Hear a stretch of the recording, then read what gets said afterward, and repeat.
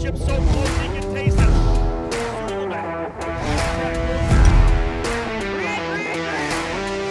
Oliver Askew has won the Freedom 100.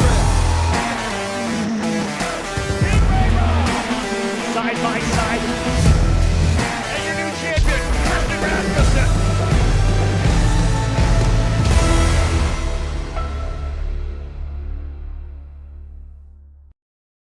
Good afternoon, Road to Indy fans. We are ready for race one of the Indy Lights Championship, and what a better way to kick it off than the 2019 Indy Lights champion, Oliver Askew. Oliver, thanks for coming on to talk a little bit about Indy Lights with me. Good to be here. What are you feeling for the Indy Lights Championship? They're back after a one-year break.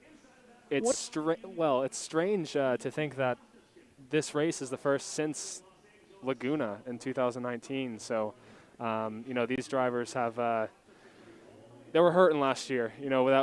Some of them were able to do some races, but most were out for the season. So, good to see Indy Lights back. Yeah, very good to be back. I guess you could say you're the defending Indy Lights champion. Well, I'm not really defending it, but yeah, I guess you could say that. What have you heard, obviously, just to run through a couple quick things of changes to the championship? Obviously, starting at Barber Motorsports Park is a change. Normally, we'd start at the Grand Prix of St. Petersburg. Yeah. Second change, the halo. What have you heard these drivers have talked about with the halo?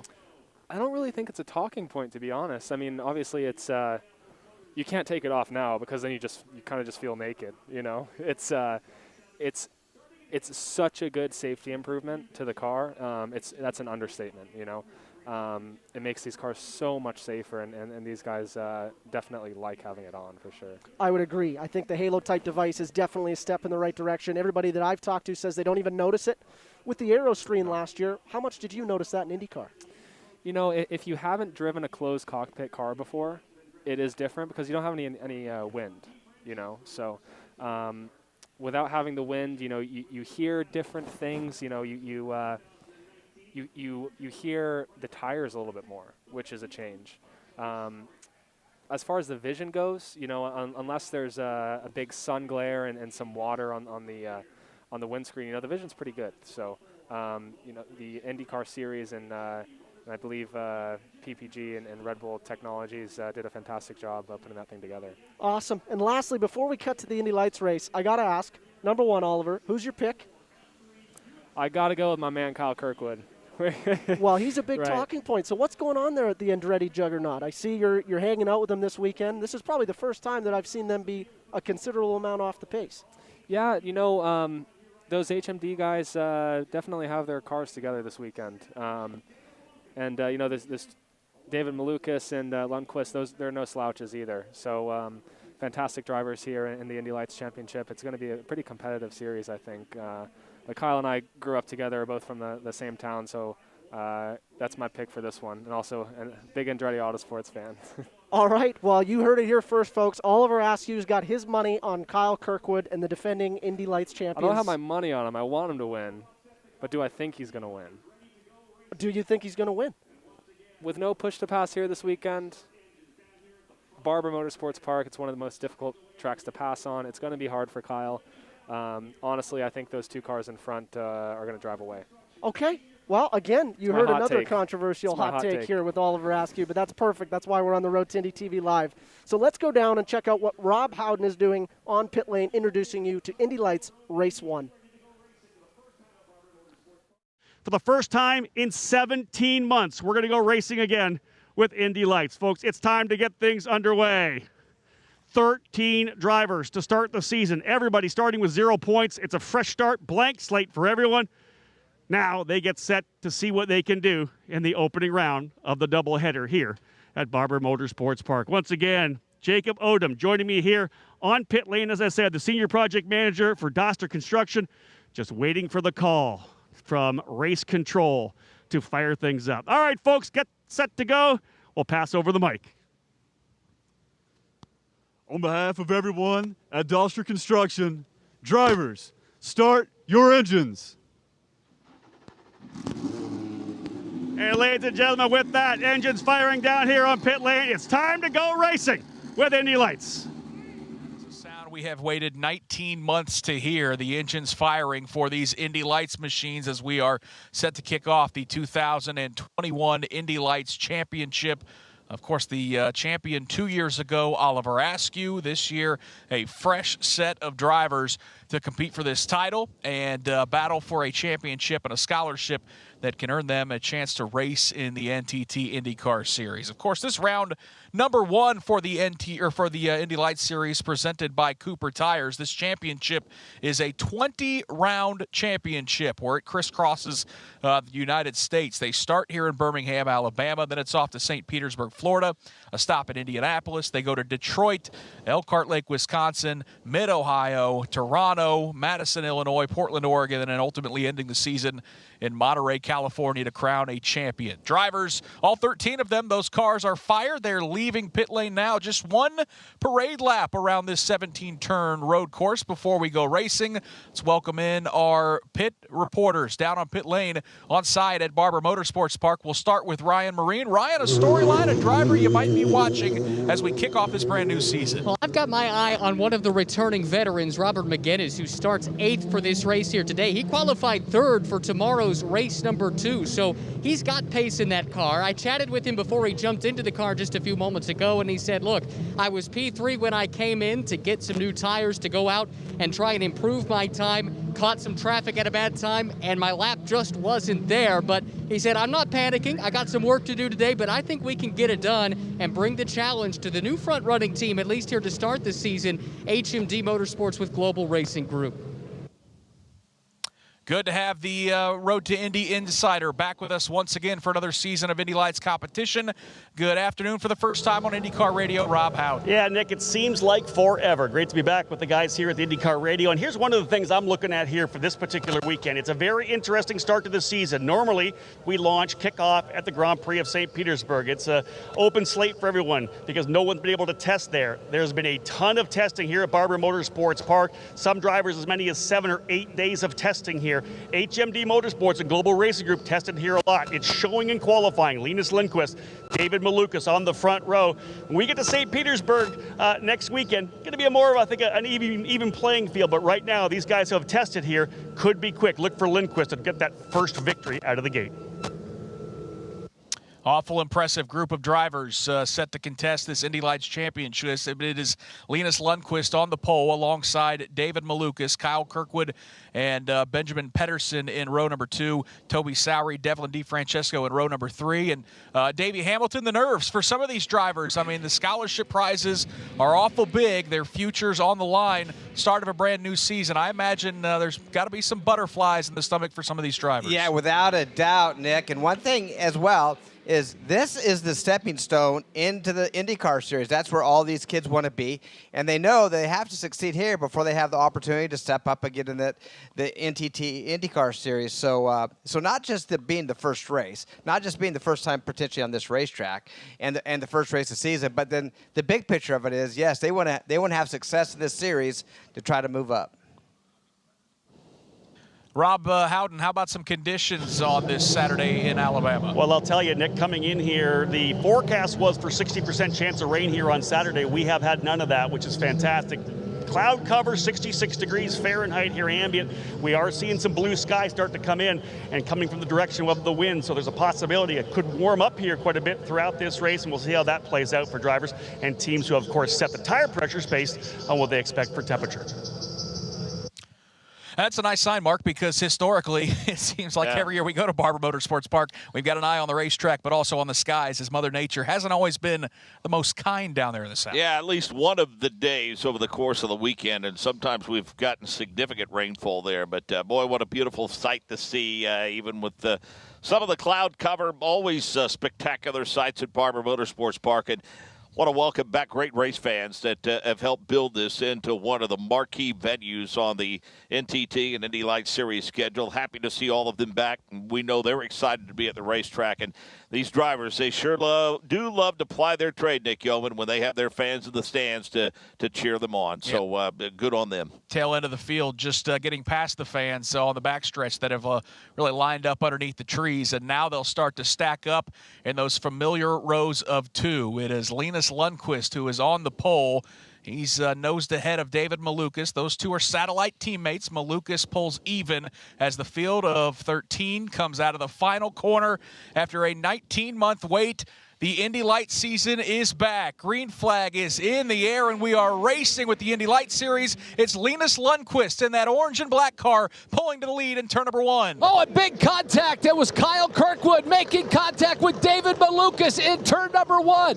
Malukas hard into the wall. They stay green, but Malukas already out of this race. Lundqvist with the lead. And Lundqvist now is really starting to pull away. As a matter of fact, Toby Sowery is going to try to make a move to the outside for the second position. Not able to do it. Linus Lundqvist now, as a full course caution comes out, is the leader by 5 car lengths. It is Lundqvist, and it was Benjamin Patterson, his teammate, in that matching orange and black machine that jumped to the second position, but it is a full course yellow. Everything going wrong in turn number 1 as David Malukas' day is done. The AMR IndyCar safety team is there. They're going to have David pop out of that car as he nosed it pretty hard into the tire barriers. Davey Hamilton, you saw it all go down, and you're seeing a replay now. Walk us through what happened between Kirkwood, who looked like he was trying to grab that second position on the first corner. Yeah, Kirkwood just poked his nose in maybe where it didn't belong.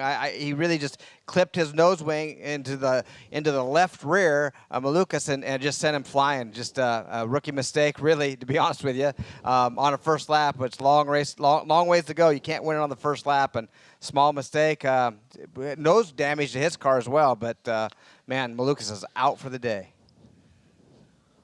Mark, glad to see Malukas get out of that car because, as you know, they're going so fast down that front straightaway, and it's downhill. It's a pretty good lick there into the foam barriers at the exit of turn 1. Yeah, that runoff area helped him scrub off a little bit of speed, but it was noticeable impact for sure. And, yeah, I mean, Kirkwood really, I think the move driven a little bit out of the desire to make a pass early on because it is so very, very tough to pass here. But as Davey pointed out, Kyle Kirkwood certainly did not come through that incident unscathed. A lot of front-end damage to that race car as he limps it back to pit road. Yeah, David Malukas' day is done. What about Kyle Kirkwood as he limps to pit lane? And Rob Howden, he will come into your view with that damaged number 28 machine. Indeed, Nick. This is not something you've seen over the years of Kyle Kirkwood. Remember, the champion of USF 2000 in 2018, champion of Indy Pro in 2019.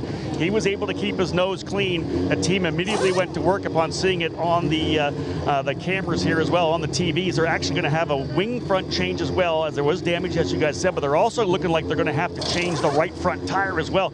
We may have some damage there indeed. Yeah, that tire is flat. He flat spotted it with some damage on the wheel as well. The team going heavy to work to try to get Kirkwood back onto the racetrack. Not the start that you wanted to see from the 2019 Indy Pro 2000 champion. Davey Hamilton, how deceptively narrow is turn number 1? I mean, is it possible to go side by side in these lights cars? Yeah, you actually can go through there side by side. It is a challenge, but you can do it in the Indy cars as well. It's just super fast. It's a really fast left-hand corner. But on the start like that, you know they don't have full head of steam. You know, they came from not a standing start, but a rolling start, and so they were probably only up to half speed what they normally go through there. Probably felt a little confidence, Kirkwood did, that the car would stick down low, but just not enough room. And by the way, it wasn't a big hit between the two cars. It was a small hit with a nose wing barely into that left rear of the other car and sent them both flying. So it tells you you can't touch each other.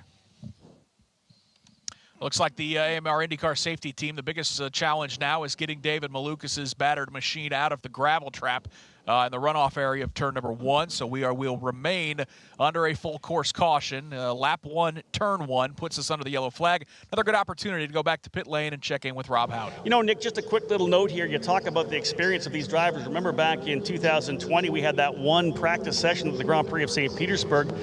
After that, when Indy Lights went on hiatus, a number of drivers kind of scattered to different programs. We saw guys like Daniel Frost, Devlin DiFrancesco, who were planning on running Indy Lights, come back and run Indy Pro 2000 for another year. David Malukas was in another program, as was Linus Lundqvist, as was Benjamin Patterson. Kyle Kirkwood did not run a Formula car last year. That was his first Formula car start since back in 2019 when he won the Indy Pro 2000 race. He actually ran some prototype racing in IMSA, obviously did the GT program as well in the Lexus with Vassar Sullivan, so that really was his first start in an open wheel car since Laguna Seca back in September of 2019. Little catch out there for Kyle Kirkwood. Yeah, it's a great point because, Mark, while these lights drivers and these teams, they've all done some testing over the offseason, it's still a whole other thing to ask these drivers once the bullets start flying to go 2x2 and barrel into turn number 1. Yeah, and again, we don't want to belabor a point, but this thing is so tight in goes up so quickly, and maybe if we're 4 or 5 races into the season, maybe that move doesn't take place, or they give each other a little more room. But I think early season jitters probably contributed to that a bit too. Cleanup continues down in turn number 1. Let's go back to pit lane and Ryan Marine. Hey, Nick, thought we'd take the chance to chat with Dan Anderson, who oversees the entire road to Indy, and for the first time in 19 months, that now includes once again the Indy Lights Series presented by Cooper Tires. I know there was a lot of work put in last year. It was a difficult decision to take the year off, but you look at the grid, 13 cars took the green flag a moment ago, Dan. You have to be awfully proud of the way that this series bounced back. Yeah, we're really happy to be back on the grid, back on the racetrack. A little over-anxious there on that start. You got to give the guys a chance. These are great drivers, and they just really wanted to get to the front, and sorry that incident happened, but it's going to be some great racing this year. We've got a lot of strong talent. Probably any of 10 guys could win this race today. How important is the Indy Lights Series as the capstone on the Road to Indy program? Well, it's what we're all about. Indy Lights is the top of the tier. It's the last step before drivers move up to Indy cars. I think we've proven that the Indy Lights Series is doing the job training drivers. The recent graduates have all done well in IndyCar, and it's been fun to see that. But it starts as young as 14 years old with USF 2000. We train them all the way up the ladder, and Indy Lights is the finishing program. 13 cars on the grid to start this race, a bunch of new teams, some new faces into the series, some optimism certainly surrounding the future of the series as well. How would you sum up the health of this series in 2021? Well, we're really glad that we jumped up from the numbers we had 2 years ago. That was a bit sad, I think, to be under double digits, and now we're at 13. We hope to grow it more. The rest of the ladder is very healthy. We have 26 cars on the first step, 17 on the second step, and those drivers will all move up into Indy Lights. So the future is good. We've got the new updated safety kits on the cars. The cars look beautiful. I'm very happy today. Thank you very much for the time. Thank you very much. And to Dan's point, these Indy Lights chassis are now affixed with that Halo safety device for the first time ever. Just another step forward for the Road to Indy program. Yep, no doubt about it. The chase to make these cars as safe as possible, it never ends. So good to see that new Halo device as we are set to go racing once again. First 4 laps run under caution. Here's how they will restart. It is Linus Lundqvist, the pole sitter. He has the top spot. His teammate Benjamin Patterson, who started 4th, was able to avoid the carnage in that matching orange and black machine. He'll line up 2nd. Toby Sowery in the familiar green and white Juncos colors will start in 3rd. Devlin DiFrancesco in a car that I'm pretty sure you can see from space. The bright yellow machine will line up in 4th. And Alex Peroni for Carlin Racing will restart 5th with David Malukas right behind him. Kyle Kirkwood jumps to the tail end of the field after repairing the nose of that car. Out of turn 17, they roar. We are back to racing once again at Barber Motorsports Park. It's a good jump for Linus Lundqvist. Call it 4 or 5 car lengths over his teammate into turn 1. Yeah, Lundqvist about 8 car lengths. Now the battle for that second position as Patterson's got all kinds of mirrors full of Toby Sowery. They climb the hill, and Sowery trying to get that second position. Sowery is going to try to look to the inside, but not able to make the move on Patterson just yet. Again, Lundqvist with a comfortable advantage through turn number 6. He had gotten a really good jump on that restart, and he's able to hold on to it here as he moves his way now into turn number 7. Yeah, Sowery took trying to get used to back in line as they head towards that downhill portion. It is the 26 machine of Benjamin Patterson, the 24 machine of Patterson trying to hold off Toby Sowery, who was all over the rear wing as they snaked their way down that backstretch, looking for a way around. And Mark Janes, I'll tell you what, good battle for this second position. Patterson wobbled just a little bit after he cleared the shadows of the museum, and we thought that would open the door for Toby Sowery. Got our eye on sixth place running McGinnis as well.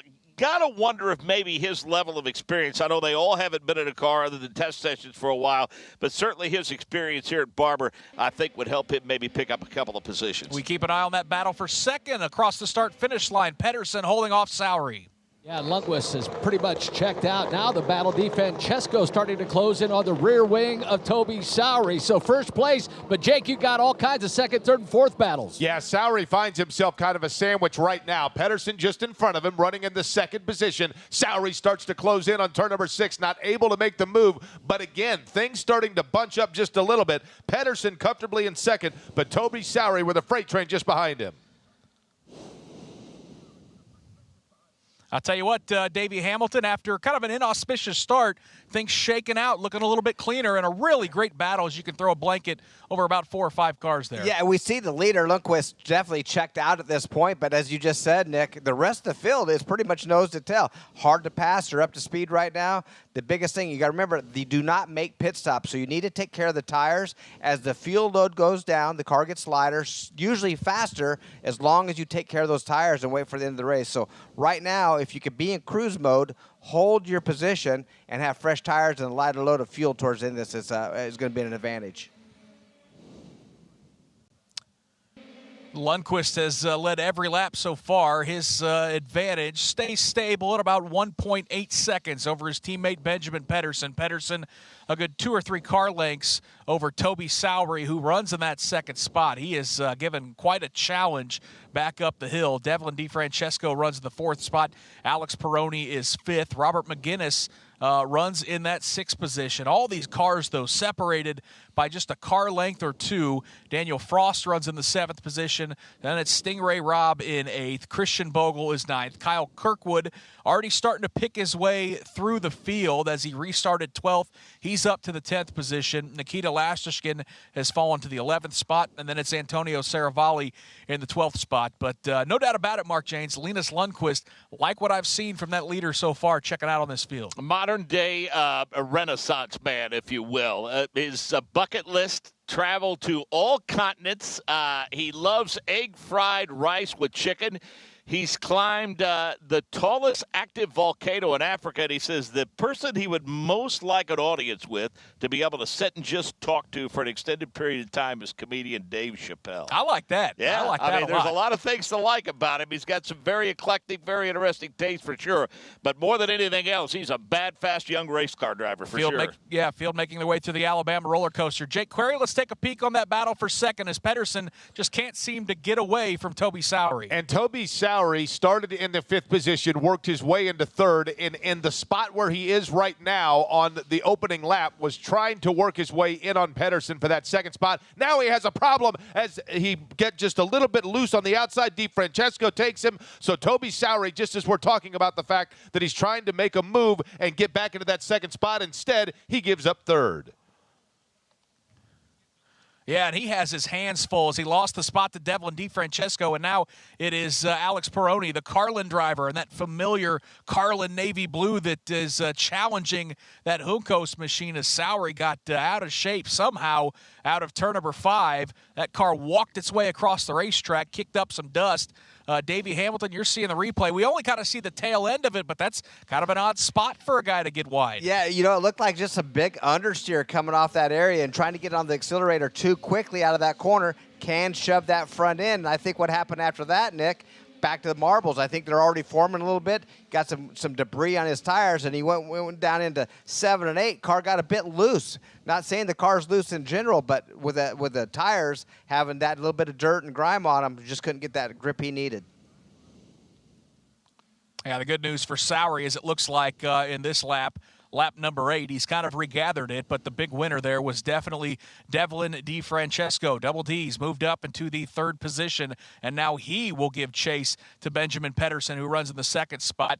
Sowery, after regaining control of that car, has put a little bit of breathing room between him and Alex Peroni, who runs in that 5th position here in Indy Lights. Working lap number 8 of the first round of this 20-round championship for the Indy Lights Series presented by Cooper Tires. We kick off the season in beautiful Barber Motorsports Park. Linus Lundqvist has led every lap so far, had an early yellow flag for an incident involving Kyle Kirkwood and David Malukas. Malukas out of the race after a heavy contact into the tire barrier in turn number 1. Leaders making their way down the front straightaway. Michael, let's take a look at that battle. 2nd, 3rd, and 4th on back. Everyone giving chase to Lundqvist. Yeah, indeed, and it's kind of broken off. There's really not a good battle on the course, maybe the exception of the Robert McGinnis-Daniel Frost teammate battle, but Jake Query, they have seen Lundqvist basically check out from the rest of the field. Yeah, Lundqvist and his teammate Patterson, as we talked about, those matching orange cars with black accentuation. And then, to Nick's point,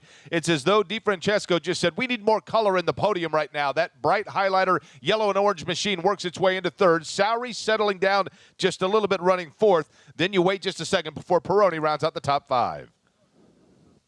We're watching Mark an onboard shot of Kyle Kirkwood, who had an incident early on. He's given chase all over the rear wing of Christian Bogle, a couple of American drivers. Bogle from Louisiana, Kirkwood from Florida, and Kirkwood wearing the back of that car out as they make their way down the backstretch. Yeah, battle for the 9th position, and huge for Kyle Kirkwood at this point to just kind of minimize the damage. There's still a long season in front of him, Nick, but let's face it, that incident, turn 1, lap 1, really puts you behind the 8 ball to start the season.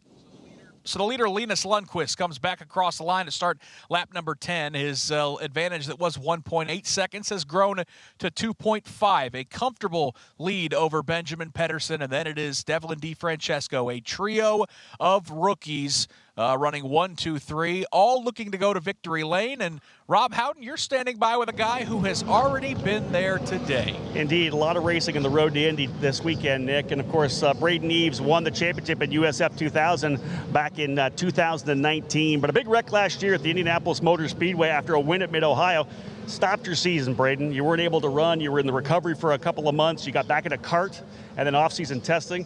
And there's no better way to start coming back from an incident like that than a win here today. Tell me how good it was to get that victory to start the season. Oh, words can't even describe. You know, it's so good to come back on a high note, especially beginning the season. It's massive for my confidence and momentum going into St. Pete and the rest of the season. So you definitely have to start strong for a championship bid, and we did just that. So tomorrow it's going to be tough, starting from P4, but I think we can move forward. Obviously, a big win for you guys with Exclusive Autosport. 1-2. You and your teammate Artem Petrov started 1st and 2nd. You end up finishing 1st and 2nd. Overall, how good was the race car today? Oh my God, it was absolutely incredible. You know, one of the best race cars I've driven. Especially in qualifying. Just incredible. So it gave me everything that I needed to go for pole, and pole is almost everything around here. It's so tough to pass. So when we got the pole, we were feeling real good going into the race, and we managed to finish it off. Hey, good luck tomorrow. Thank you so much. Braden Eves, Nick from Exclusive Autosport, impressive driver at New Albany, Ohio. Very close connections with Michael Shank and Michael Shank Racing and Meyer Shank, and again another driver out of that Ohio area, just as Michael Shank, just as his grandma Bobby Rahal. But this is a young American to watch, Braden Eves from Exclusive Autosport.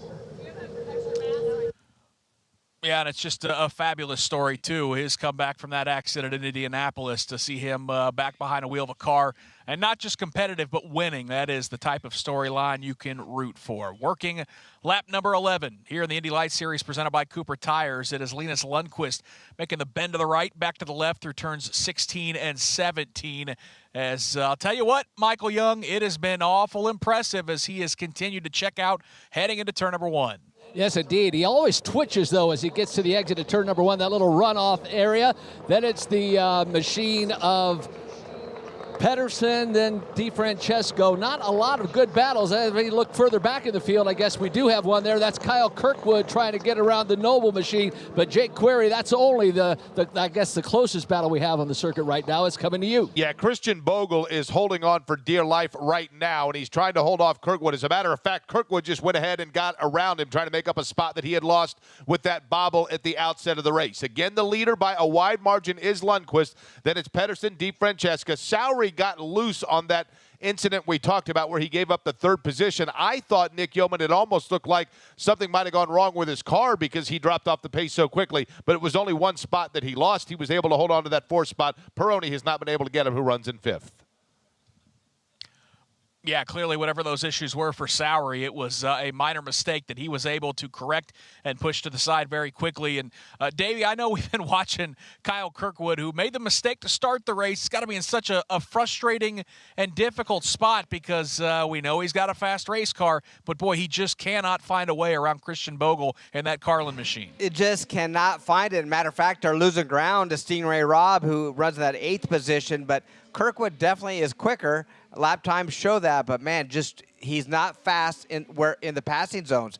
He catches up in the slow areas where you just can't get by him, and then when it has the opportunity to go down these straightaways and outbrake him, he just doesn't have quite enough to get there. But he continues to work him hard. He continues to try to force him into a mistake. We'll just have to see if he can make that happen. And, Mark, we're watching him through turn number 5. That's got to be the best spot if you're going to get it done. I would think that'd be the spot you'd want to do it. Yeah, as we saw, things narrow up in a hurry if you get a good run down the straightaway into turn number 1, and then that's so unforgiving, that sweeping area. You might be able to get a piece of him off of that long back straightaway, but and then maybe we just saw another opportunity right in front of that museum. He's going to force the issue, that's for sure. He's doing all he can, Kyle Kirkwood, to pick up another spot. You said get a piece of him, and he very nearly did. That would have been the second piece he's got to somebody today. Almost got the whole rear end of that number 7 Carlin machine for Christian Bogle as it got awful tight down there at the bottom of the hill in front of the museum. Kirkwood locked him up and very nearly looked like he was going to take out a second driver for the day. He'll have to regather it about 2 to 3 car lengths back of Christian Bogle as they roar across the start-finish line. On the stopwatch, that equates to 0.3 of a second. So it is awful tight as those two drivers continue to battle through the Alabama roller coaster. Bogle swings a little wide, and Jake Query will see if Kirkwood can maybe set him up heading down to turn 5. They work their way through turn number 5 and then set up now for turn number 6. But again, Bogle has just that slight advantage. Boy, they nearly went side by side exiting turn number 6. Now they're going to work again nearly side by side. Kirkwood going to set him up from the inside. Now goes to the outside. They're side by side under the bridge. They are side by side in a part of the racetrack that gets awful narrow. They went wheel to wheel through that part of the racetrack, had to get single file. And Davey, it looks like Christian Bogle, at least for now, is going to hold on to that 9th position. Man, that was a tough spot. They were actually in the same predicament that Kirkwood found himself in turn 1 on the opening lap. Almost got that nose wing against the rear tire of Bogle, just barely missing him. And as you said earlier, they actually looks like he almost touched him. So that seems to be the place that Kirkwood's faster, but can he get it done? And, Mark, we just saw a replay from the previous lap. I thought maybe it was Bogle or Kirkwood that made the mistake. We now see Kirkwood has gotten around Bogle, but it looked like it was Bogle locking him up at the bottom of the hill. Yes, he did. He locked him up at the bottom of the hill, and that increases the expediency of that closing gap. It narrows up on you in a hurry for sure. And great racing between those two talented young drivers. Again, it's Linus Lundqvist as we reach the halfway point of this first race of the season. He's led all 15 laps. Lead is staying actually kind of stable at this point at 2.6 seconds over his teammate Benjamin Patterson. Devlin DeFrancesco has not really been able to make much ground. He sits in third, 5 seconds back. Then it's Toby Sowery and Alex Peroni. And Mark, just got a replay of how Kyle Kirkwood did finally pull off that pass for 9. Yeah, got it off that last turn around that 15, 16, 17 area before they got back into the straightaway. Car got a little loose and opened the door. And, boy, I tell you what, you got to give a lot of credit to Kirkwood. I mean, he short-term memory in terms of the mistake that cost him a lot of positions. And he battled for a couple of laps there. Nick, you just got to hope that with 16 laps to go, they didn't wear those Cooper tires out, although they are ultra durable. But he's going to get himself back into the top 10, which is good news for Kyle Kirkwood. Kirkwood, of course, started third. He's at the back of the pack because of an opening lap incident, and the guy who got the worst of it is standing by with Rob Howden down on pit lane here at Barber Motorsports Park. Yeah, Nick, I've got David Malukas here from HMD Motorsports. David, not the start you guys wanted. You've shown so much speed over testing. You were so good at spring training as well, and you're going to start pole tomorrow, which is a positive. Tell me how you feel right now, having gone out in the opening corner. I'm starting to calm down a little bit now. I was quite angry. You know, being in Indy Lights, I wasn't expecting any more rookie mistakes, but then again, it is the start of the season. Luckily, I'm looking on track, and our teammates are still, you know, P1, P2, and that's all that really matters. I mean, even tomorrow is looking really sharp. I mean, we have the speed. It's a bit annoying, but quite a bit of damage as well, but I have a good team behind me. I know they'll get it fixed right away. Let's talk about that team a little bit. Last year, over a year ago, you were the fastest at St. Petersburg, the one session. In the interview that you and I did, you were so happy with just the way the team had formed. There was just this really level of comfort and speed. You guys connect with Global Racing Group for this year here as well. Off-season testing's been great. What's the atmosphere like? You guys just seem like you guys are focused on winning races and championships. Yeah, I mean, it's taken quite a bit of years. We started with no information at all and slowly built up. And now we have a team that has, I think, the best connection I've ever seen. Even if we are last, and even days like this, where it's like, you know, the worst of the worst, I'm still really happy. I'm just, you know, happy to be with all these people. I mean, this is the best people that I've ever been with. How much different are you this year than you were last year at this time? You raced a Formula car all last year. How much different is David Malukas? I mean, I'm 19 years old. I'm still in my teen years, and 1 year, it's big for me on maturity-wise. So, I mean, I already feel a lot better, a lot different, and yeah, I mean, at least this time it wasn't me making the mistake, so it's just unfortunate. Obviously, a mental game is big here. Let's cap off with this. You put this behind you tomorrow. You start on the pole position. I think a win would probably make you forget a bit about Saturday. Oh yeah, I mean, I know we have the pace. We're starting P1, got nothing in front. Hopefully, I can make it through turn 1 tomorrow. But yeah, I mean, we have the pace. I'm not nervous. You know, I'm going to put this behind me. It's whatever. Everything happens for a reason. Good luck tomorrow. Thank you. David Malukas, guys, HMD Motorsports, a team to watch this year, a driver to watch this year, a young American who's going to be on the top of the podium a couple of times or more here in 2021. Yeah, there's no doubt about it. He is going to be in the championship hunt and in the hunt for race wins. May do it as early as tomorrow, but good to see him shaking it off and able to refocus after an opening lap accident. We are working lap number 18, just 12 to go here at Barber Motorsports Park. Linus Lundqvist, his lead continues to stay stable at 2.7 seconds over his teammate Benjamin Patterson. Michael Young, I know you're out there at the Alabama roller coaster. Did you find one of our former Lights champions out there with you? Indeed, I did. The 2019 Indy Lights champion, and I always love spending time with this young man, one of my favorite guys to have come through this Road to Indy program, just not in a position I like to do an interview in, as you do not currently drive in the NTT IndyCar Series. Oliver, you had such a tough hit at the Indianapolis Motor Speedway. Obviously, the situation with Aaron McLaren SP and not coming back in the 7 car for the 2021 campaign. I know the fans want to know, where do you stand right now, and what are your opportunities potentially for the Indianapolis 500 and on? Yeah, definitely bummed to be watching practice 1 here and from the outside, not being in the car. So happy for our friends at Andretti Autosport to invite me out this weekend just to be here. Hopefully we can put something together for the future. It's good to see at least an Andretti Autosport sweatshirt on you here. So potential with getting into the Indianapolis 500. There's talk of a 6 Andretti Autosport car, potentially a potential for you getting into. Yeah, the Indy 500 is out of the question at the moment. Looking more to use this as a rebuilding year and look more towards next year. Let's look back at your career, and I was just, this Road to Indy had treated you so well. You dominated so much of this Road to Indy, finished 3rd at the Indy Pro 2001, the USF 2000, Indy Lights champion. How did this program help you develop as a driver, making your way into the NTT IndyCar Series? It was everything for me. You know, the scholarship system is fantastic, and I'm sure many other drivers can say the same. Cool to see a lot of drivers in Indy Lights this weekend making their first starts in the series, and yeah, definitely rooting our friends at rooting for our friends at Andretti Autosport. Well, it's great to see you back at the track, and obviously we wish the best for you. Obviously, one of my favorite people here at the circuit to see, and we wish you all the best in the future. Hopefully, we'll get something done for you the latter part of 2021. Yeah, thanks. I appreciate it. That's all of our ask you guys. Again, Nick, it's so hard to see this young man not in a car. He's such a talented individual and such a great guy as well, and hopefully good things for him down the road. Mark, most importantly, we're just glad that he was okay after that accident in Indianapolis. That scared, I think, a lot of us, and obviously Oliver's been very open with dealing with the concussion issues, and it certainly has taken his career in a different direction that I don't think anyone has really wanted to see. Unfortunate set of circumstances, and I think it caused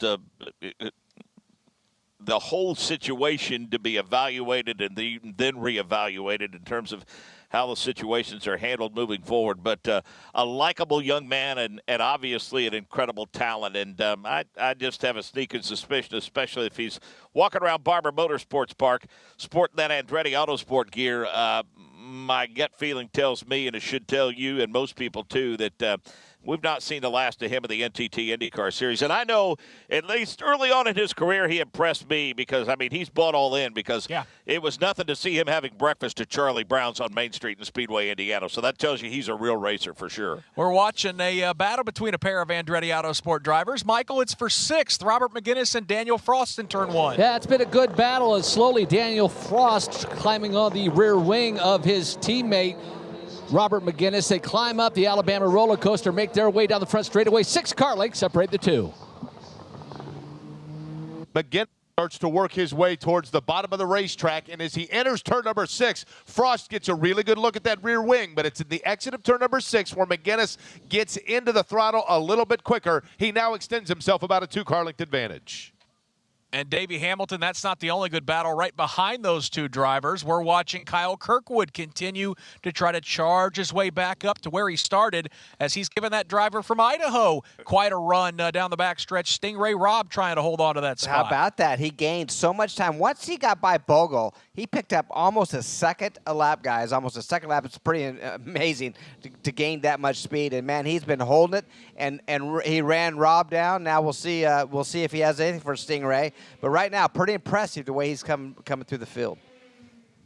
Davey, those Idaho guys, they make those elbows a little wider, don't they, when somebody's trying to pass? Aren't they notorious for that? We're always taught you just got to do what you got to do, right? So to do whatever you can to stay ahead, especially at the end of this race. Now, obviously, it's not the last lap, and we have a ways to go here, but Stingray's doing all he can to keep that car back. And Stingray's had a great journey to get into the Indy Lights Series. I know he's very happy to be in it now, and with a great team with Juncos, and now he's just learning a lot. He hopes to get to the NTT IndyCar Series very soon, and we'll see how he accomplishes that.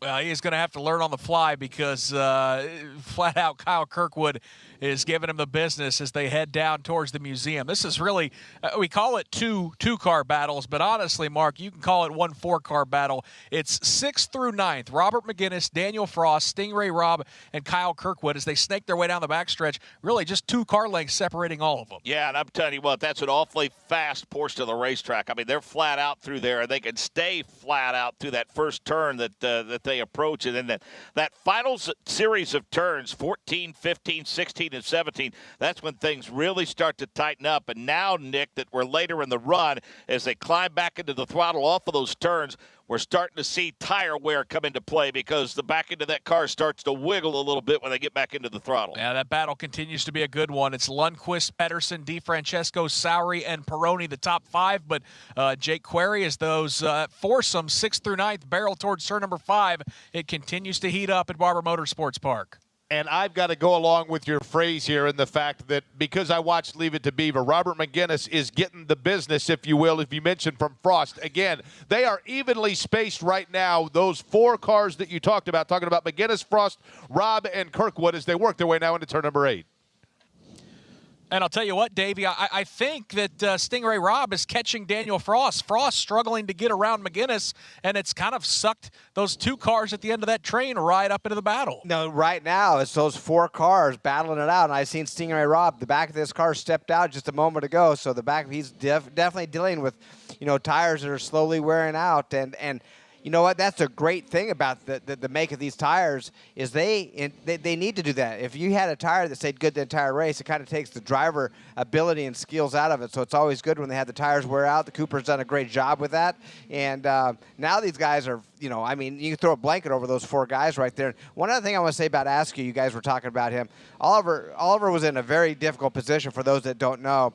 When you have the opportunity to go to IndyCar racing, you know, that's the pinnacle. That's where he wanted to be. Had a huge accident, not of his fault whatsoever, but when he got the concussion, it's a tough call, guys, as a rookie, being in the IndyCar series. Do you tell him that you have a concussion and potentially get set out of the car, or do you try to race with that concussion but knowing that your performance is probably down, and it's like a no-win situation for that kid. So I really hope he does get the opportunity to come back, and so we can all see what he really has for talent. Heard the stories for years, Dick Yeoman, and we'll continue to hear the stories about players in other sports and participants in other sports that once they're past their playing days, they will tell you about the opportunities when they were probably more injured than they let on. And the last person they wanted to go see was the team doctor because they didn't want to give up their spot. Yeah, there's no doubt that we just kind of look at all that stuff, especially involving head injuries, a little bit differently than maybe we did 20 or 30 years ago, but it puts that driver in a really, really tough spot. Just 5 to go here at Barber Motorsports Park. You're listening to the Indy Lights Series presented by Cooper Tires. Michael, that battle for 6th continues to be a good one. Daniel Frost looked like he locked him up a bit. Indeed, and Robert McGinnis now checks out from his teammate Daniel Frost. 3 car legs at battle now. Stingray Robb on the rear wing of Frost. Stingray Robb is taking a hard look at Frost. Boy, they are really bunched up through turn number 6. And again, nobody's able to make the move exactly. But, Nick, they really accordioned up as they work their way through turn number 6 and now into 7. That might open up an opportunity for Kyle Kirkwood to get alongside Stingray Robb. Not going to be able to do it there in the turn 7 and 8 portion of the racetrack as they bounce their way down the hill. These drivers slugging it out for the 6th position with just 5 laps to go here in the opening round of this Indy Lights Championship for 2021. Up front, it is Linus Lundqvist, the driver from Sweden. Across the start-finish line, he'll see 4 to go. He's led every single lap so far, and really an impressive Indy Lights candidate, a championship candidate, no doubt about it. A year ago, absolutely flat dominated the 2020 Formula Regional American Championship, winning, Mark, you're not going to believe this, 15 of the 17 races in that championship, a championship that included David Malukas, some good talent in there, and clearly we haven't talked a lot about Lundqvist because he's really pulled away and dominated this race, but he has not put a wheel wrong all day long. A racing idol that only makes sense is Kenny Breck, and a guy obviously with a lot of success at open wheel racing, and he's off to an impressive debut thus far here at Barber Motorsports Park. It is Lundqvist, his teammate Benjamin Patterson, who runs 2nd. Devlin DiFrancesco made a pass of Toby Sowery about 10 laps ago. Right now, it's looking like that pass may put him on the podium in his Indy Lights debut. Sowery got kicked back to the 4th spot. He sits pretty comfortably there, about 4 seconds ahead of Alex Peroni, who sits in the 5th spot. And then this battle for 6th that we have been watching and talking about a great deal because it has been a good one. Mark, there's no doubt about it. Stingray Robb and Kyle Kirkwood, the tail of that train, trying somehow to get around either Daniel Frost or Robert McGinnis. I'm sure Kirkwood is thinking risk versus reward based upon what happened on the opening lap. If the opportunity presents itself, he'll take it. I think the 2nd, 3rd, and 4th car in that 4-car battle seemed to be a little tighter. Of the 4, I think McGinnis is the most comfortable, and as we say that, Robert really starts to stretch it out now as they exit turn 1. Yeah, Kirkwood's car looked like it wobbled just a little bit at the entrance of turn 1. They make their way through the Alabama roller coaster. Always nice to see the varying lines, and it looks like, tell you what, Jake, Stingray Robb has a run on Daniel Frost. Can he get alongside him down in turn number 5? Well, it caused Frost to all of a sudden lock him up, and Stingray Robb going to try to make that move, not able to do it just yet. Kirkwood got a really good view of that. Nick looked for certain like it was going to happen in turn number 6, but once again, the order was maintained. Mark, I don't think Frost was the only one that locked up. It looked like McGinnis might have as well. These guys pushing here in the closing laps. Yeah, Robert McGinnis did lock him up, and he did so. Wasn't under any pressure, just, I think, misjudged the to that turn. But, normally when a guy locks him up to the extent that Frost did, Nick, he loses all kinds of momentum. But I think that gives you an idea of just how strong that car is off the turn when he gets back into the throttle, because he didn't lose any of that gap whatsoever by locking him up. Frost in that red and white car driving for Andretti Autosport, a driver from the Singapore, another true Road to Indy product as he is raced up and down the ladder system trying to hold on with now just 2 laps to go. Robert McGinnis starting to pull away, but Michael, now it's Frost under the attack from Stingray Robb and Kyle Kirkwood. Yeah, indeed. Stingray Robb trying to get on that rear wing of Daniel Frost, so too Kyle Kirkwood. They climb their way through turn number 4. Again, Stingray Robb on the charge. And Frost is thinking to himself, I can't do what I did last time by here into turn number 6. He does not lock him up this time. Robb is right there, and Kyle Kirkwood is really starting to move, trying to make a move on that 8th spot. Not able to do it. Exiting turn number 6. They now evenly space out with a car length and a half in between them. And all of these drivers are within 1.5 seconds, so they can use the push to pass, the extra horsepower that they are given. But no doubt about it, they're all going to be wearing out that button. Up front, though, it is Linus Lundqvist making his way through turns 16 and 17.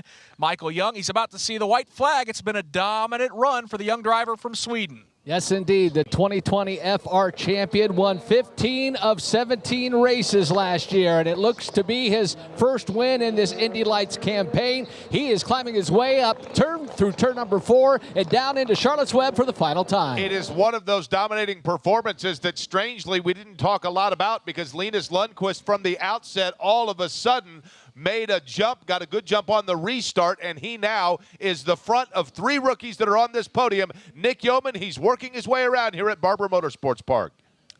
He has made it look easy, Mark, and if you're a guy who has a championship mindset, that's exactly the way you want to start the season. Well, Malukas and Kirkwood made the job a little easier for him with the contact they had into turn number 1, but he clearly had the run on both of them going into turn number 2, and a dominant performance by this young driver, close to a 6-second lead now as he works his way down that back straightaway. He is just 22 years old. Stockholm, Sweden is home for Linus Lundqvist. This is also a debut weekend for the Global Racing Group, who is partnered up with HMD Motorsports, and what a debut weekend it's going to be. Out of turn number 17, Linus Lundqvist from Sweden will see the twin checkered flags. He will win the opening round of the Indy Lights Championship by a solid 5 seconds over his teammate Benjamin Patterson. Patterson actually had to hold on for the second spot over Devlin DiFrancesco. We're continuing to watch that battle further on back for 7th, 8th, and 9th. Frost trying to hold off Stingray Robb and Kyle Kirkwood. Those drivers going to finish the way they had battled throughout the course of this field. So it is Lundqvist, your race winner. Patterson finishes 2nd. Devlin DiFrancesco is 3rd. Toby Sowery is 4th. A solid debut for Alex Peroni in the 5th position. And then that battle that we watched, Robert McGinnis comes home in 6th. Daniel Frost is 7th.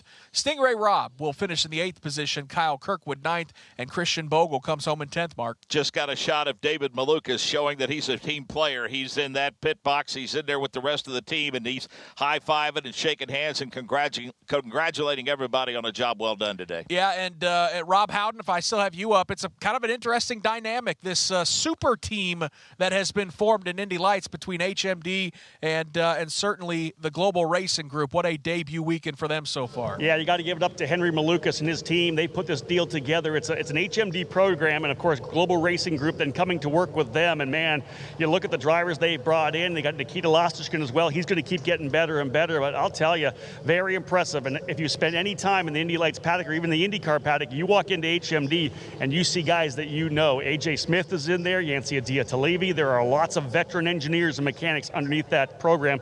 They have put all the time in, all the money in, and this team is getting ready to win races.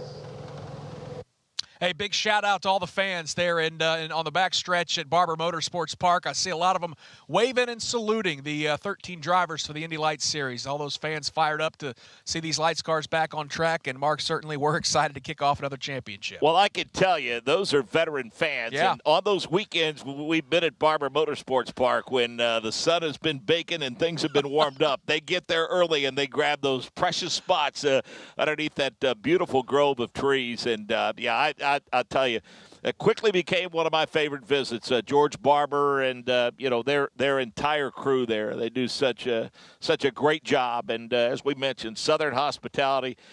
You'll experience it firsthand anytime that you're a patron and a guest at Barber Motorsports Park for sure. And admittedly, listen, not the most competitive race up front as Linus Lundqvist dominates, but with the way that forms of entertainment for all of us over the last year, it is just so good to see lights, cars, and competitive motorsports back on the racetrack and fans on site to watch. Well, we certainly want to congratulate our friend Gene Holman at Zoom Motorsports that helped promote this event for the folks at Barber Motorsports Park. Gene's a friend, been on this show many, many times. And, folks, if you're new to the Indy Lights Series, typically this is what you see.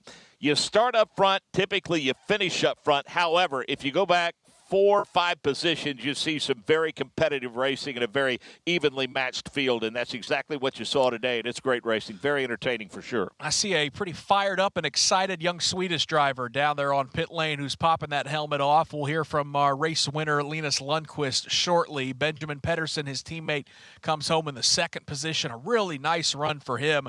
The Danish-American driver who calls Seattle home. And then Devlin DiFrancesco, really a solid debut for him, for Andretti Autosport to finish in the 3rd position. 21-year-old from Toronto. Nice run for him, who he's standing by on pit lane with Ryan Marine. That's right, Devlin DiFrancesco, a podium on debut in the Indy Lights Series, presented by Cooper Tires. Looked like you were really coming on strong there late in that race. Does that give you some optimism looking ahead to tomorrow? For sure, 100%. The Andretti Steinbrenner guys have done a fantastic job all weekend. We definitely started on the back foot, but we've definitely been making progress all weekend. I got to thank all the sponsors on board, Kumoa, Philo, One Plant Merchandise, Soul Yoga, everyone on board supported me for this year. I can't wait for tomorrow. Where have you seen the most progress this weekend, trying to get up to speed and bring the fight to the HMD GRG guys up ahead? The fantastic work going on in the Andretti Steinbrenner truck with all the great engineers that we have. We've made a few good balance changes, and hopefully let's make some more progress tomorrow. Got anything for him tomorrow? I think so. Best of luck. That's Devlin DiFrancesco, P3 in his Indy Lights debut. Yeah, really solid run for the driver from Toronto to end up on the podium, where he will join Benjamin Patterson and Linus Lundqvist. Wanted to give you, we went through the top 10 with Christian Bogle finishing 10th. It was Nikita Lashishkin coming home in 11th. Antonio Serravalle finishes 12th, and then David Malukas, the only driver out of the race who finishes last, 13th on the day. Let's hear from Benjamin Patterson, also standing by with Ryan Marine on pit lane. And we'll let Benjamin get the mask affixed to the face. Just got out of the race car, just got the helmet off as well. Born in Copenhagen, calls Washington State home. And how about it, a podium on debut? I want to go back to the first lap, though. I bet you had an interesting view of the coming together just in front of you up the road on the first lap. What did it look like from where you were sitting? I'm a bit lost for words. What a debut for Global Racing Group. I've obviously been a part of this program since F4, and to make it all the way to Indy Lights now and start this way as a team, I mean, it couldn't be better. First lap, Kirkwood sent it in pretty late. I feel sorry for David, my teammate, who got hit there.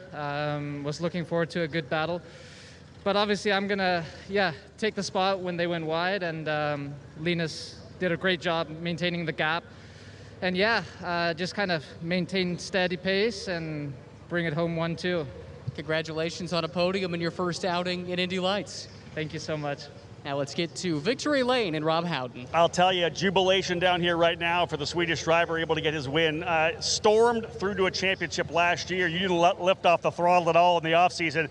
You end up getting a victory here to start your Indy Lights career. Linus Lundqvist, tell me how happy you are right now. Describe some of the emotion. Difficult to put into words, to be completely honest. Like you said, we are rookies and this is our first weekend, but to start off like this, it's a dream come true. Obviously, there's a very long season to go, but I just want to say a massive thank you to the team. Everyone I know who's been working so hard over winter. This is the prize that we take now. So yeah, super happy with it. The quality of the drivers under the tent as well. You, David Malukas, Benjamin, Nikita, you guys all push each other as well. So you got to win inside your team, not just on the racetrack. Talk a little bit about what you think tomorrow's going to look like for you. You're not going to start on the pole, but what do you think about it? Yeah, well, I guess we'll have to wait and see. Very unfortunate for David that's been taken out in turn one. Otherwise, I expected a tough fight from him. I think we've seen that we're fairly closely matched around here. So obviously tomorrow he's on pole and I'm in second, but we'll see. Obviously we're going to go and try to go for a second win, but overall just very happy with how this race went. You know, we're also on the Races YouTube channel. People watching internationally, listening to IndyCar radio. You got a bunch of people back in Sweden that are watching. You want to say a couple words in your native tongue? Oh, I really do actually. Jättetack till alla er där hemma som är hemma och tittar på det här. Förhoppningsvis har ni följt både kval och det här racet, så jäkligt kul att få se den svenska flaggan i topp här i Indy Lights, och hoppas att ni kollar imorgon igen. Hey, as part of the Swedish invasion, folks, Felix Rosenqvist, Marcus Ericsson. Don't forget this name, Linus Lundqvist. Congratulations. Thank you very much. Nick, Linus Lundqvist, the winner today in Indy Lights. Rob kind of led me into the point I was going to make, Mark. Marcus Ericsson, Felix Rosenqvist, 2 Swedish drivers already in IndyCar, and boy, if Linus Lundqvist can keep this up, it's a long 20-race championship.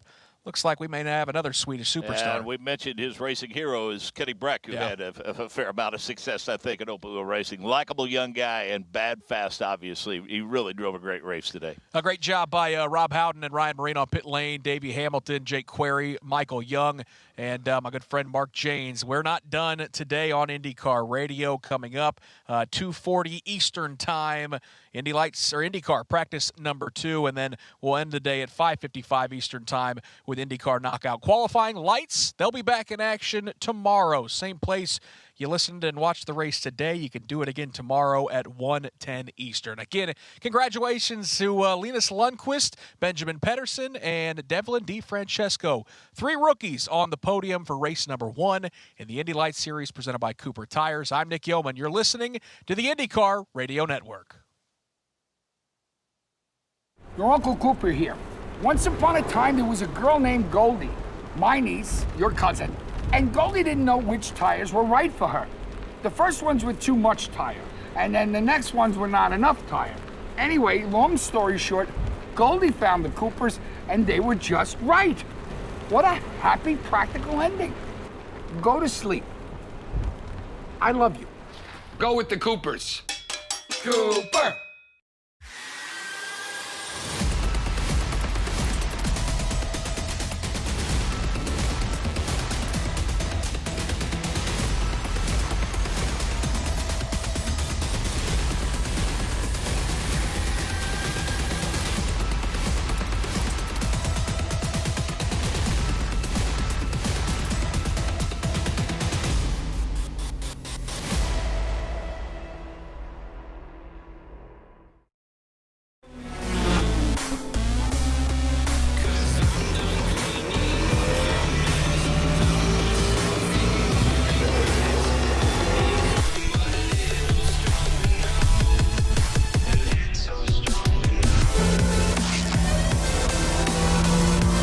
Finish coming home second place today, Benjamin Patterson.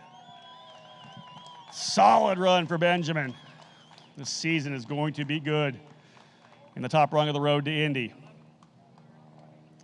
Guys, if you can, make sure you pick your trophies up for me, those of you on the podium right now. This guy here had a huge season in 2020, folks, coming out of the gate, trying to win a championship here for Global Racing Group with HMD Motorsports. Ladies and gentlemen, the winner of our first Indy Lights race of the year, Linus Lundqvist. Lundqvist, the winner. Grab your trophies, guys. Raise them up over your head, please. This is it, folks, the future stars of the NTT IndyCar Series. I'll be talking about this throughout the season. Followed in the footsteps of Colton Herta, Pato O'Ward, Oliver Askew, Felix Rosenqvist. You just keep going through the order. Rinus VK, so many drivers who have plied their trade here on the road to Indy to develop their skills and be able to work their way to the top. Linus Lundqvist with the win, Benjamin Patterson second, Devlin DeFrancesco third. We're bringing in one of our groups here, Doster Construction, who are part of the Anderson Promotions group here for a photo trackside in Tatis Victory Lane. Always fantastic to be able to work with some great groups as part of our Anderson Promotions team on the road to Indy, presented by Cooper Tires, bringing a lot of young people in to get a chance to fall in love with motorsports. And we're excited to have Doster Construction with us here. And again, what a run for Linus Lundqvist. Out front, started pole, got the job done. Some chaos behind him, but put down those consistent laps to get that early momentum in the Indy Lights program. To Indy race fans, what an amazing afternoon we've had so far watching Indy Pro 2000 Race 1 and Indy Lights Race 1. Fantastic, but the excitement doesn't stop just after the races. We're here at the post-race show, and I've got podium finisher from Indy Pro 2000 Race 1, Manuel Suleiman. Manuel, good to see you. Fantastic drive. You started fourth, probably not where you wanted to start. Take me through getting up into third place. What an unbelievable pass going into turn 12. Yeah, it was a good pass.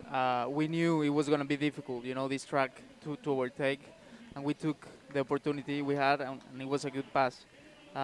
After that, we just managed the race, and it was a good race, good points, and we need to keep it up like this. We need to improve a little bit to be on the top, but as you said, yesterday wasn't our day.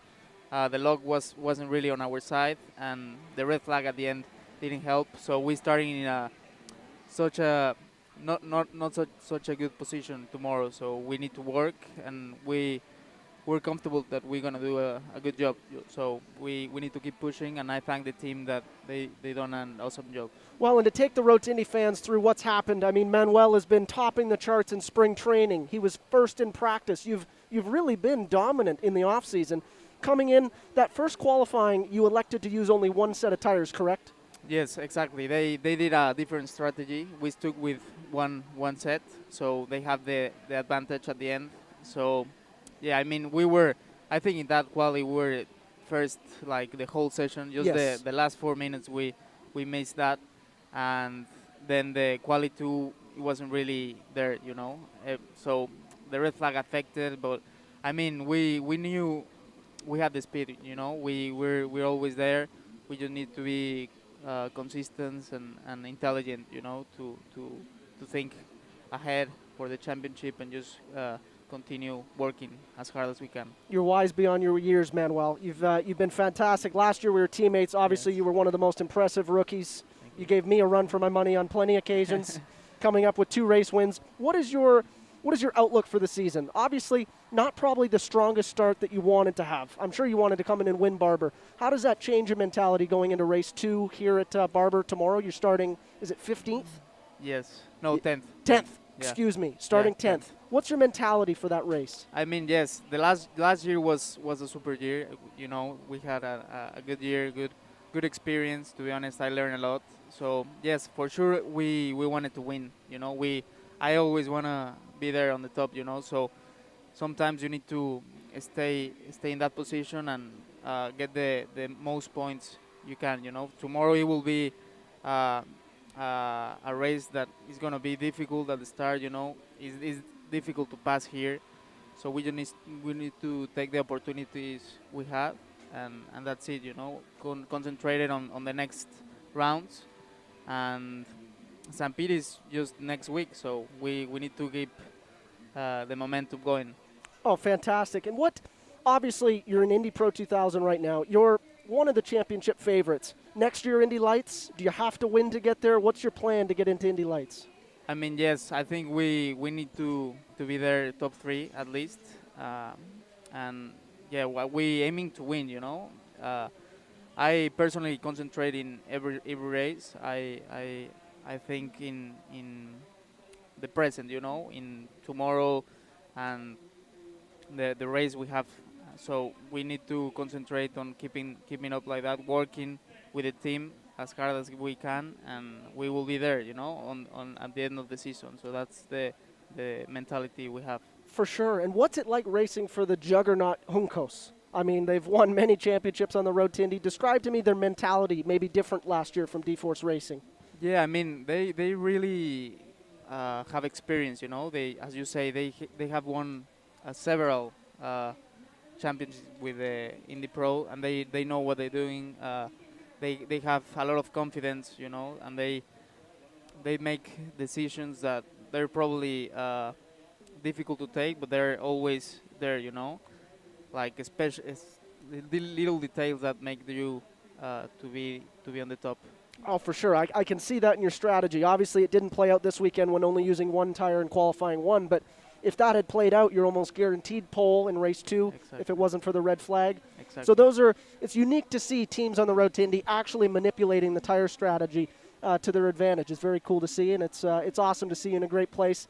I definitely think you're going to be a front runner this year in the championship. Thank you very much. So thank you for coming on with us.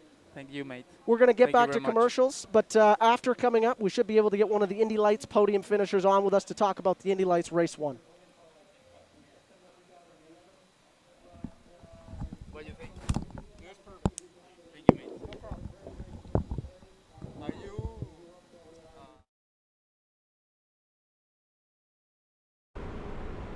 Hey, your Uncle Cooper here. Once upon a time, there was a girl named Goldie, my niece, your cousin, and Goldie didn't know which tires were right for her. The first ones were too much tire, and then the next ones were not enough tire. Anyway, long story short, Goldie found the Coopers, and they were just right. What a happy, practical ending. Go to sleep. I love you. Go with the Coopers. Cooper!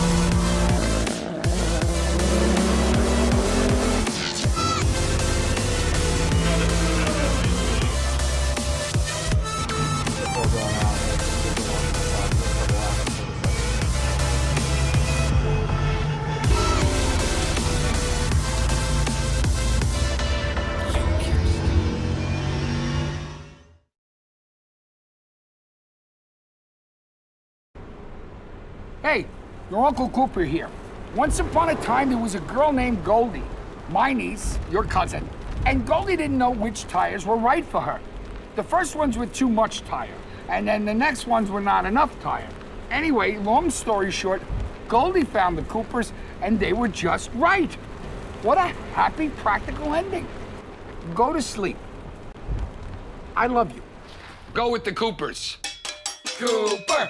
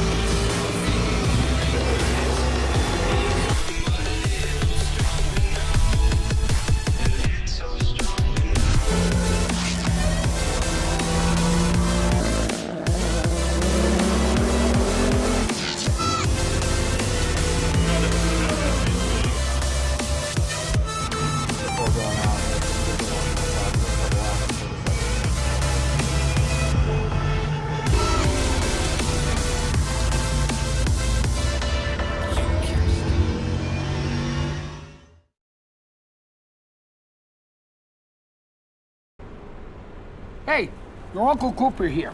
Once upon a time, there was a girl named Goldie, my niece, your cousin, and Goldie didn't know which tires were right for her. The first ones were too much tire, and then the next ones were not enough tire. Anyway, long story short, Goldie found the Coopers, and they were just right. What a happy, practical ending. Go to sleep. I love you. Go with the Coopers. Cooper!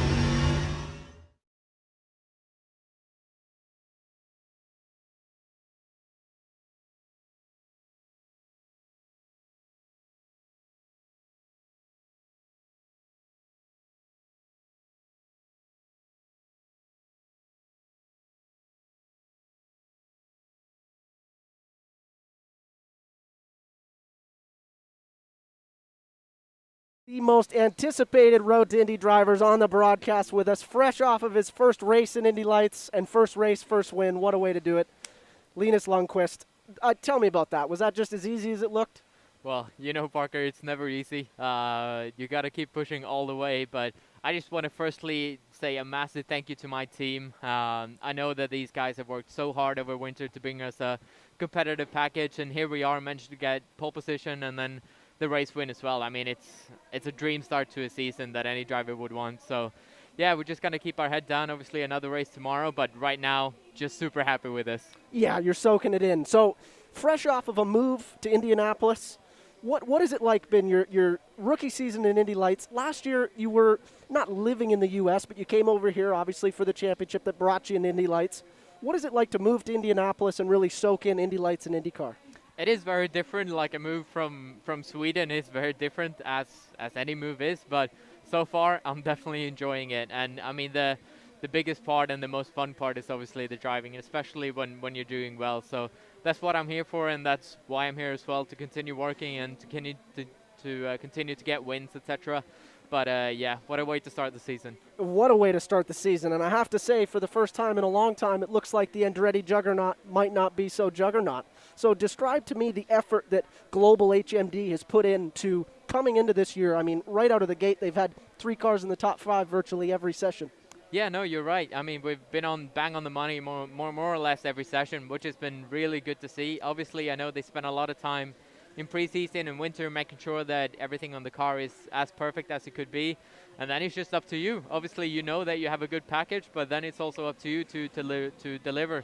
Very unfortunately for David, he got taken out now in turn 1, but I know that he would have been just up there with me. I think we've showed today that, or throughout the weekend, that we are very closely matched. And obviously tomorrow he's on pole, I'm in second, so I'm expecting a tough fight. For sure. Now, Barber Motorsports Park, I would say, as a race car driver from Formula Cars, one of the toughest race car tracks to get around, especially in a lights car. I've never driven a lights car here. It was tough in an Indy Pro car. What is a lap like here on the edge? Obviously, in the race, you're managing tires, but pole yesterday looked just hairy. Yeah, I think hairy is a pretty good word, especially at some places. It's one of those things where if you feel like you're in control, you're not going fast enough, and that's literally it. Like, you really have to throw it over the edge and just hope to survive the exit, more or less. But, you know, the qualifying yesterday was good. When you feel that you have a car that's very reactive and does what you want it to do, then obviously you get more comfortable and you start to play with it, and obviously you can push, and then hopefully the lap time's there. When I think of Linus Lundqvist, I think of articulate with the tires. You know, I watch you in qualifying, your warm-up procedures and how you prep a lap, and then in the race, how you save the tire, you push when you need to. Are you really thinking about it, or are you just naturally, is it all feel? Obviously, there's a little bit of thought behind it, and you just think about how you can treat the tire, and obviously you have a glance at the tire every now and then, see how it looks, and if you can help it in any way, and especially during a race run, obviously you want to start to build a gap and then just manage the gap in case there's a restart and save a bit of tire and energy as well, to be honest, because around Barber, it is very physical, and obviously the heat is starting to creep up as well, but we'll see tomorrow. And what was your physical training like, obviously, coming? I know a lot of Indy Lights drivers complained to their neck after the first spring training. What was that first race like? You did your full stint now. It was better than expected, I will say. Obviously, we gained a few laps with the safety car in the beginning as well, so that helped a little bit, but I felt under control. Obviously, I could still pick up the pace a little bit towards the end, both with the tires and myself, so it wasn't too bad. But we'll see tomorrow when the IndyCar is running a bit more and see how the grip is. Oh, that's fantastic. Lastly, this IL-15 that everybody's been talking about, what is your take on the car? This is your first full race distance in it now. Is it as good as everybody says it is? At least as good as everybody says it is, if not better. I'll tell you that. The Lara makes a great car, and I had the fortune to drive one in 2019 as well back in Europe, and this is my second year in a Dallara chassis car, and I just keep on loving them. I'll tell you that much. Well, that's fantastic, and I think that's going to wrap us up. I'm sure we can't get enough of Linus, but with your talent level, I'm sure you're going to be back in the booth here very soon. So, Linus, thank you very much. Congratulations on race 1. Thank you. you. We'll be back with Rob Howden to talk more about Indy Lights and Road to Indy action.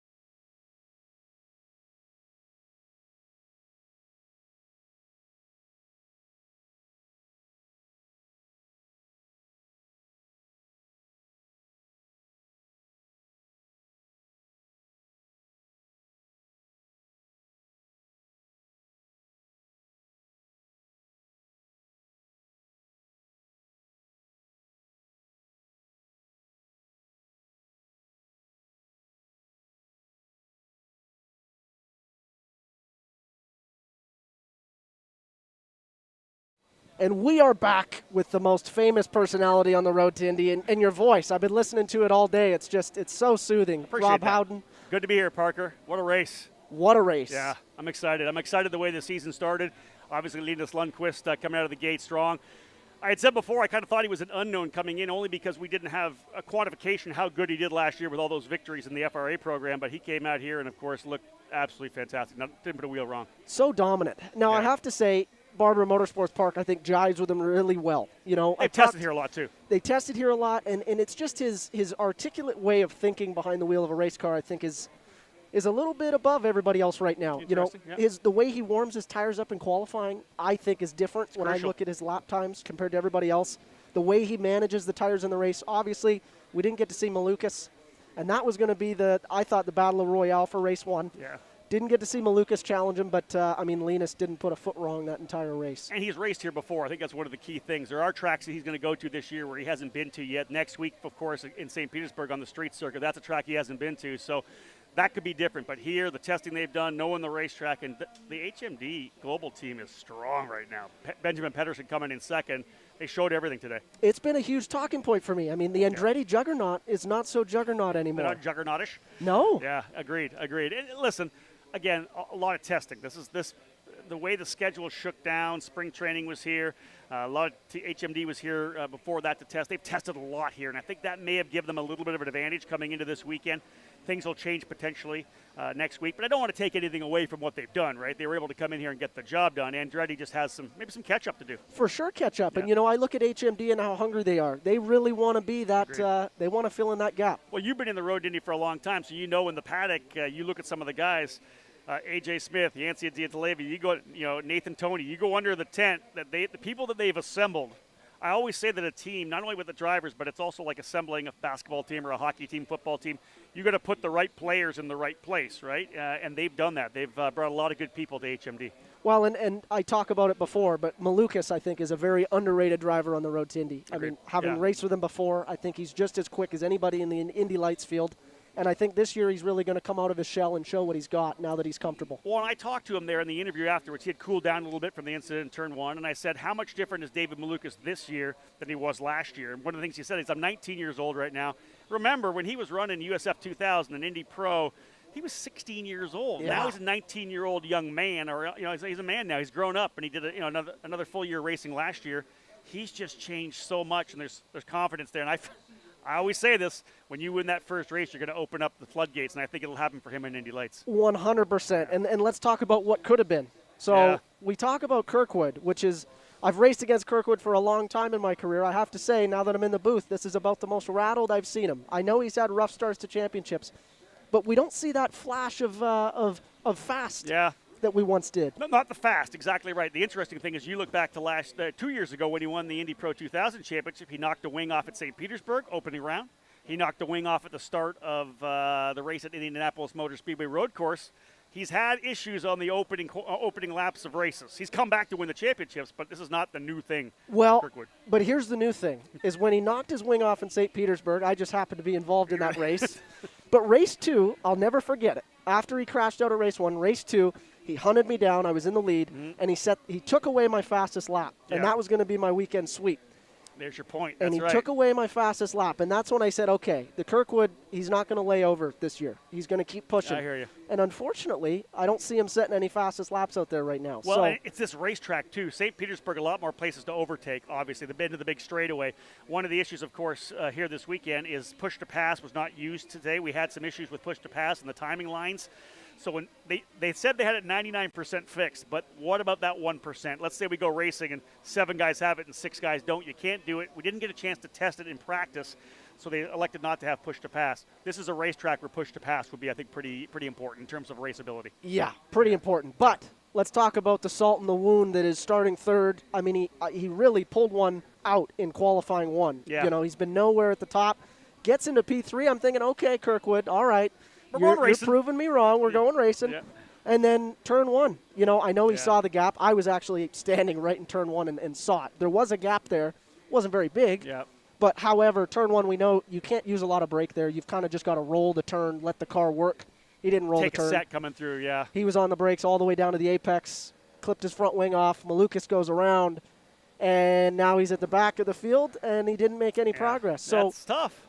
That's a dent in the armor. And he's didn't qualify as well for tomorrow's race either, so this is going to be a gut punch to Kyle Kirkwood coming out of the gate strong to try to win this championship. He'll have to come back big time at St. Petersburg. We won't count him out for tomorrow, but David Malukas is going to be on the pole. He was pretty cheesed off after what happened. He's going to be so motivated to win tomorrow. Well, and I can't wait to see the Battle of Royale. What would have been, could have been in race 1 is now going to come up in race 2. Let's see what, we know Linus can lead a race. Let's see if he can hunt. That's true. That's very true, because Malukas is going to start on the pole tomorrow. He'll be able to jump away a little bit. Another guy that two guys I was really pleased with. Obviously as a Road to Indy insider, I always give up the driver of the race, and you look at it. Who is the driver of the race? Linus Lundqvist. You got to go with Linus, right? Because he wins out of the gate. But how about Devlin DiFrancesco coming home P3 to lead the Andretti guys?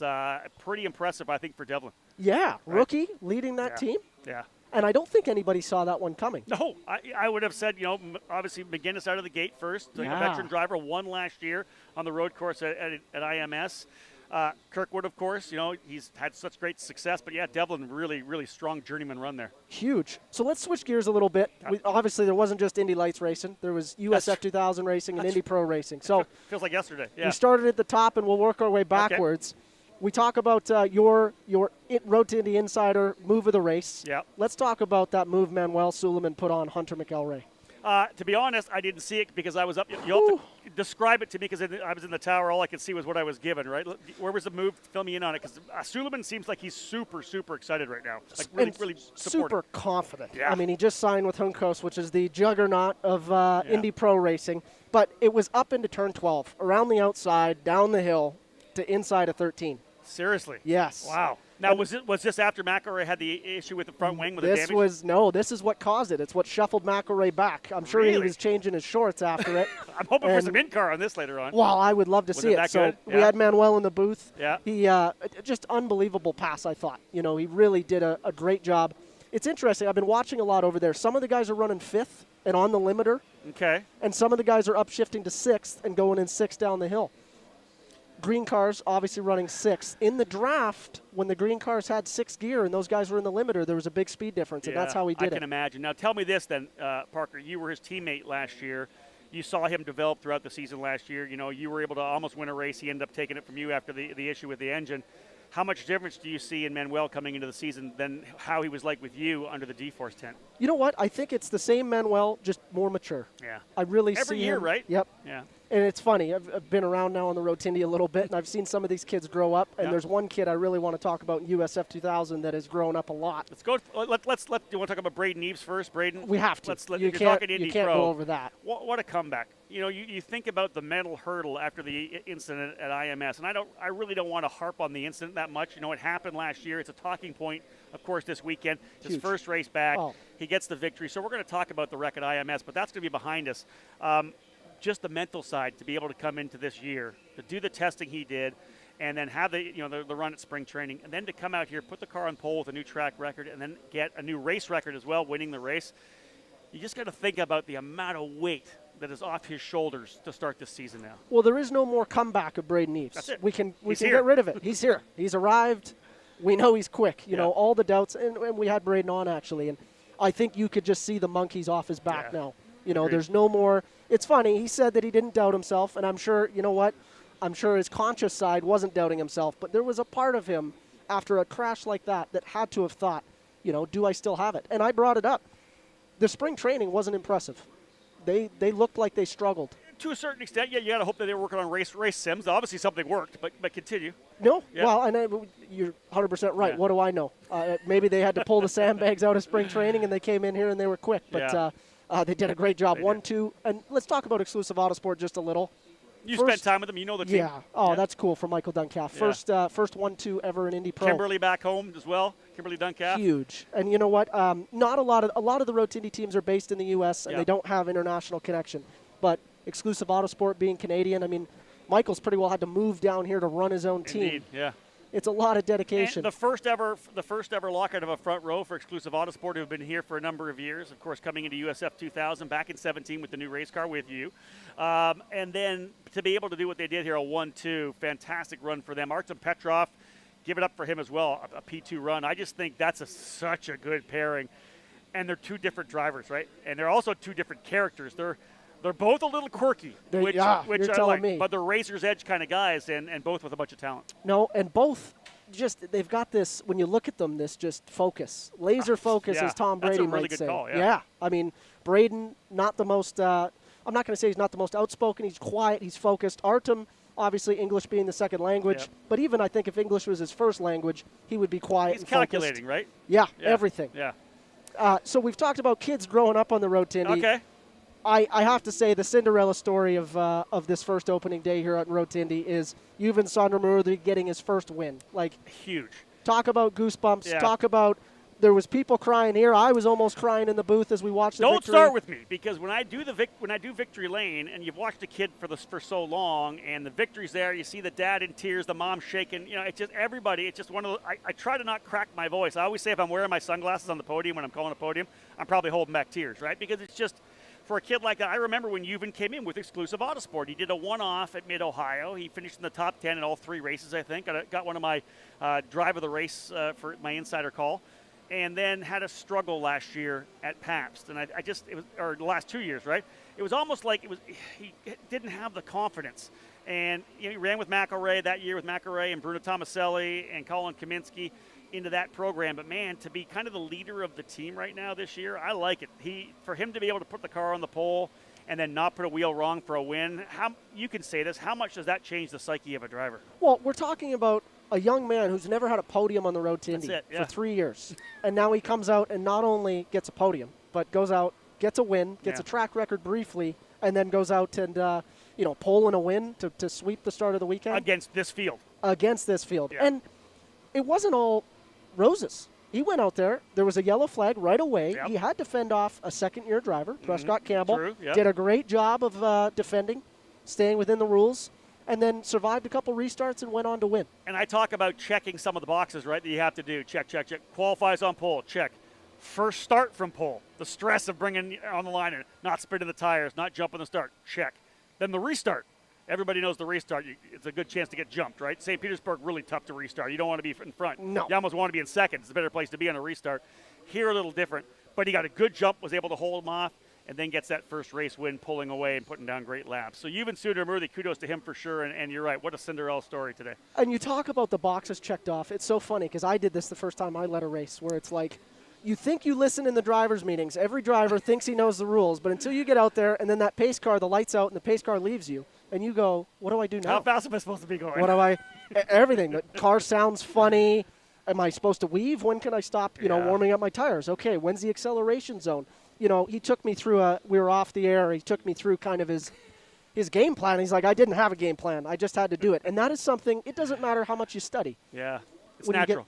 When you get thrown into a game like that, you got to just make it through. And I hate to say it, we've seen guys for years be on the brink of getting that win, have many chances. Yeah, you're right. And not come through. Yeah. So monkey's off his back, too. That's fantastic.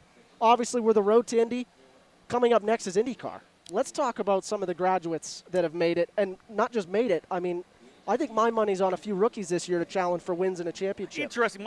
One of my thoughts was is in a conversation I had with a couple of guys that have worked in the road to Indy and now are in IndyCar. That the conversation was not if Pato O'Ward will win, how many races will he win this year? And I think that's key, right? We saw him win a championship in Indy Lights last year. Almost was able to get the victory at Road America, only to get beat by another Indy Lights graduate in Felix Rosenqvist. How many races is Pato O'Ward going to win? How many races is Colton Herta going to win? Is the new generation from Indy Lights already here, right? We've got some impressive guys out there. Jack Harvey as well. Well, I think we can stop asking the question because really they are here. Yeah, I mean, they're week here. in and week out, you've got Colton Herta, Pato, and not just are they there, they're exciting. I have to say, and I may be biased because I want to be one of those guys coming up, getting that rookie spot in IndyCar. But at the same time, I watch Pato, I watch Colton, I watch Rosenqvist. They have flair. Yeah. You know, same with Rinus VK, right? Oh, how did I forget Rinus? Yeah. Race directly against him. He's going to win races. You know it. Yeah. And you know what? I know we talk about Rinus. He obviously just had the crash at the Indianapolis Motor Speedway, but they have no fear these days. It's very true. Yeah. That's so true. I mean, it was the fourth lap at IMS, and he was already flat. Yeah. He'll learn. I'm sure they sat him down and said, listen, we can warm the tires up a little bit. But that still speaks to the fact But he doesn't care. He's going out there to get the job done. So lastly, let's talk about the IndyCar format change, because they're only racing Saturday, Sunday this weekend. You give the rookies the advantage, you give the veterans the advantage. And then rookies, when we talk about the rookie field, we're talking about Scott McLaughlin, we're talking about Jimmy Johnson, and Roman Grosjean. Yeah, nice rookies, right? Yeah, real nice rookie crop. And no, I don't give the rookies. I think you go back to some of the veteran drivers, at least second-year drivers and third-year drivers, because you've got to get the job done so fast here. And the track, I think we haven't talked about the fact, you may have, the Barber track changes so much depending on the time of day you're on the racetrack, right? It's so temperature sensitive. So I think that the guys that have been here before, you're going to see Dixon up front. Newgarden loves this racetrack. Those guys are going to be closer to the front, although you look at guys like Pato, like Alex Palou. I think Palou showed really good last year. So I think it's more the second year and veterans that are going to show. McLaughlin will look good in that morning warm-up, or that morning practice. He did.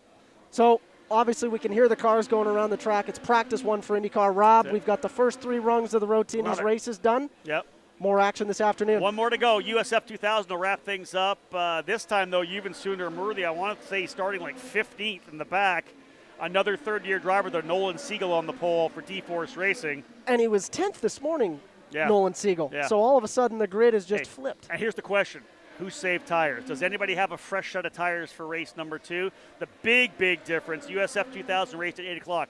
0 IndyCar rubber. IndyCar is going to be on the track twice for long sessions. This track's going to be different when USF 2000 comes back out. That is a huge point, Rob. I'm glad you brought it up. We can't wait for race 2 of the USF 2000 Championship. You can catch that on Road to Indy TV app, live with me. Hey, your Uncle Cooper here. Once upon a time, there was a girl named Goldie, my niece, your cousin, and Goldie didn't know which tires were right for her. The first ones were too much tire, and then the next ones were not enough tire. Anyway, long story short, Goldie found the Coopers, and they were just right. What a happy, practical ending. Go to sleep. I love you. Go with the Coopers. Cooper!